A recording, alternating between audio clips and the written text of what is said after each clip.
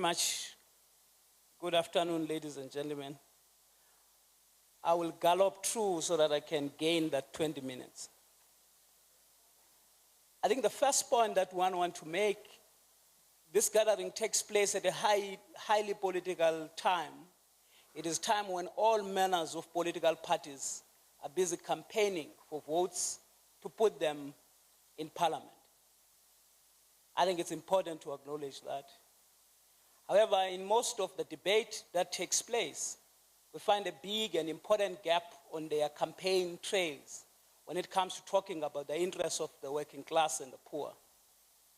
So I want to start by reminding us all of the observation that Lenin made long time ago in 1913. And he said this: people always have been the foolish victims of deception and self-deception in politics. And they always will be until they have learned to seek out the interests of some class or other behind all moral, religious, political, and social phrases, declarations, and promises. Champions of reforms and improvements will always be fooled by the defenders of old order until they realize that every old institution, however barbarous and rotten it may appear to be, is kept going by the forces of silent ruling classes.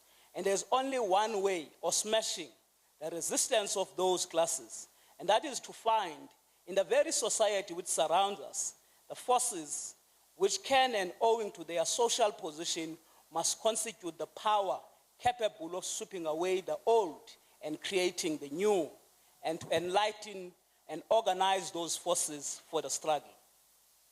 What I have to say in this introduction will not make the same mistake. It is rooted in the interests of the working class and the poor of South Africa.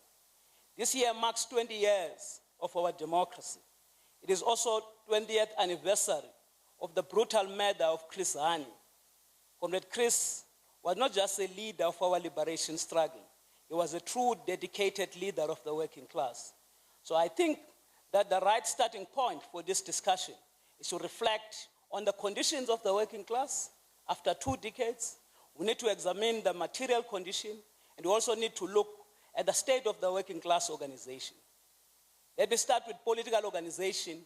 There is no political organization which represents the interests of the working class and the poor in South Africa today. We have looked at all these political organizations in South Africa. Many of them are in parliament. More of them are trying to get into parliament. Very busy. We have looked at how these organizations have behaved when they were faced with key issues for the working class. What did they do when the anti-working class national development plan was imposed on us? What did they do when we demanded that the labor brokers must be banned? What did they do when our interests were threatened by the youth wage subsidy called tax incentive bill? Suddenly they all realized that there were other interests. There were interests more important than those of the working class and the poor. This has led us to one clear political conclusion. And it is the conclusion that our Numsa Special Congress drew. There is no alternative. There is nobody else who can represent the working class and the poor. We must represent ourselves. We must organize the working class as a class for itself, as Karl Marx understood and explained, because the working class is the only class which can carry the revolution to its logical conclusion. But all these organizations in parliament and in election campaign say we must not worry. They are looking after us. Look how the conditions of the working class have improved over the last 20 years.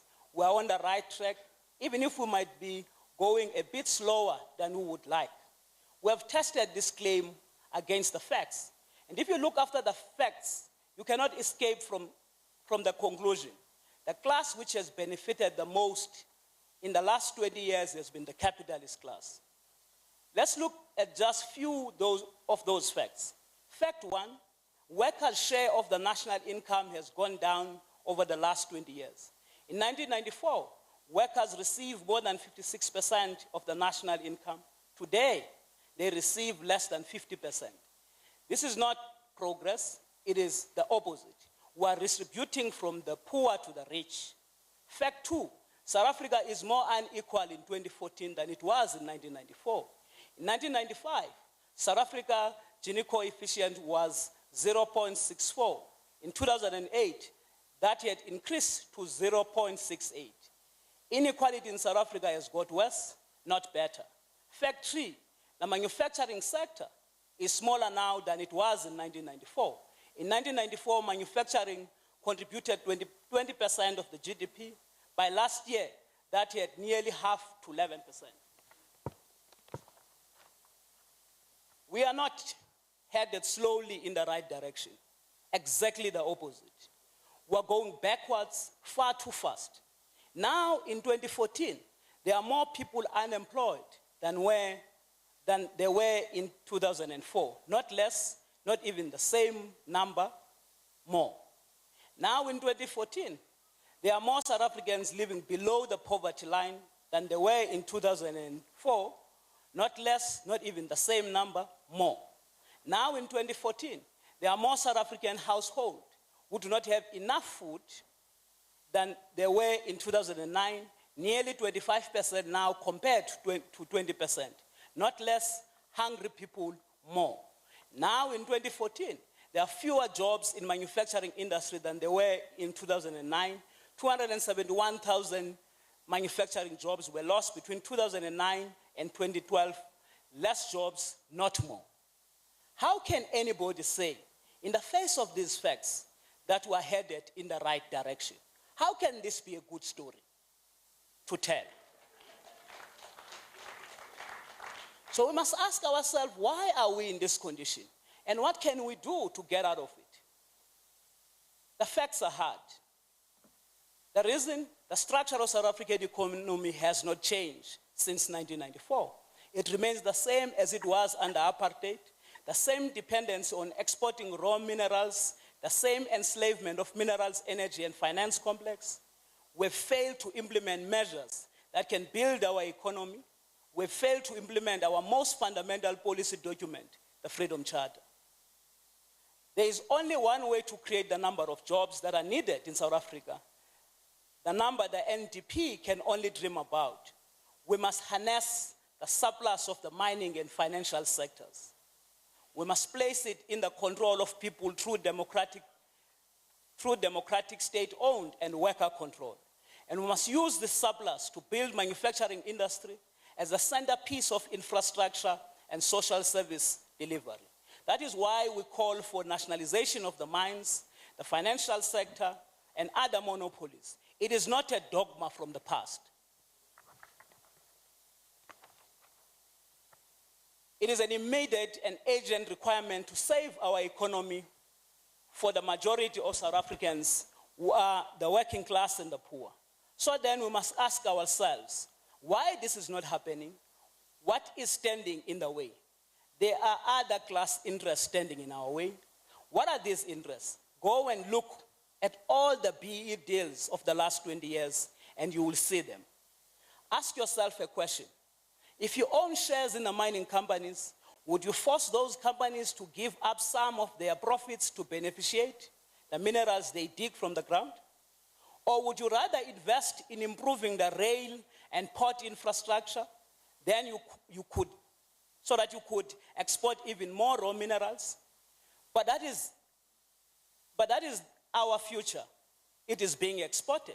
That is where jobs are, in the manufacturing, not in mining. They are real sustainable jobs, not job opportunities and employment incentive scheme. So it is not an accident that we are failing to build our manufacturing industry. It is a question of class interest. It is a class interest of those who have joined forces with global capital against the majority of South Africans, who are the working class and the poor. Some of these individuals are part of the Liberation Alliance led by the ANC. Their role is to hold back the wheels of history while they make profits for themselves. BE shares were not given for nothing. They are the price, and the price is being paid by the working class and the poor of our country. The price is a macroeconomic strategy with focus on profits, not jobs. We see everywhere the evidence of this alliance with international capital and growth of imperialism in South Africa. We see in the massive increase in foreign ownership of strategic monopolies such as petrochemicals, steel, banks, and mines. We see in the Marikana massacre, the armed forces of the state mowing down workers who are demanding a living wage from an international mining company loan me. We see it in the killing of farm workers in the Western Cape, killed for demanding what can hardly even be called a living wage, 150 rand a day.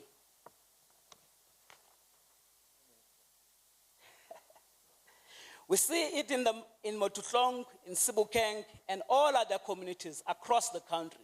Too many to count. Our people are protesting because they have no water, the most basic of necessities. And the state, that very same state, which failed to supply them with water, kills them for their protest. Early this morning, the police under Natim Tetwa were still maiming, killing our people in Northwest today. We see it in the liberalization of trade, allowing the dumping of production in South Africa and destroying our manufacturing capability.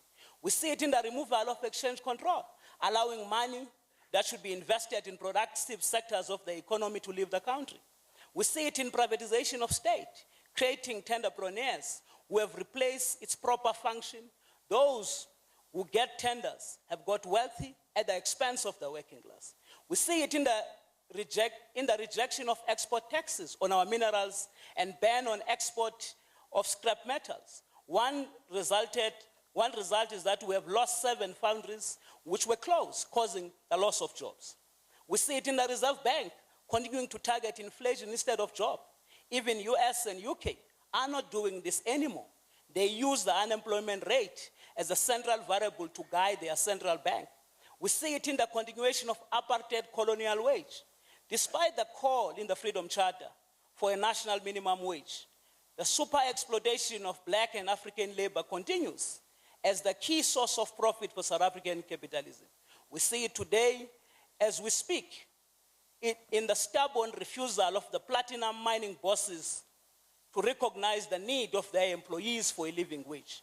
And we ask ourselves why, facing a strike that is nearly 3 months long, a democratically elected government is failing to use this opportunity to trigger the introduction of a national minimum wage. Are they waiting for capital to starve the workers into defeat?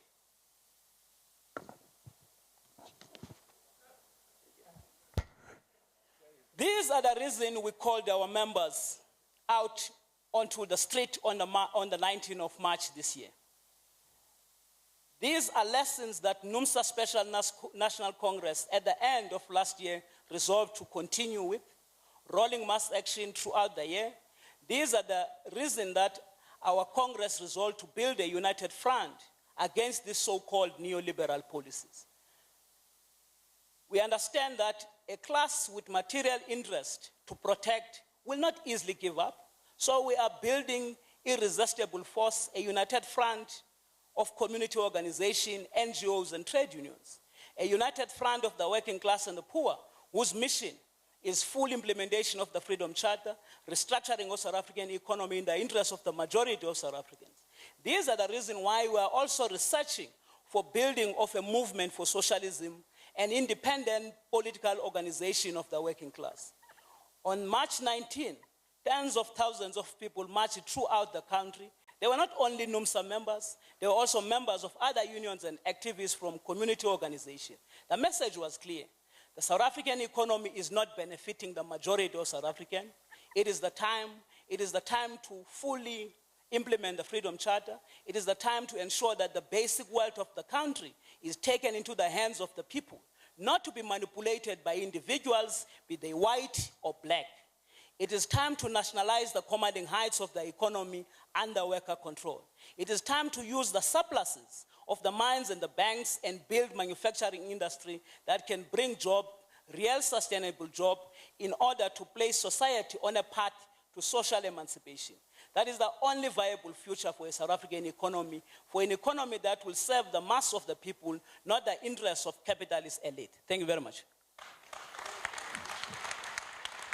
Know more about your world. eNCA.com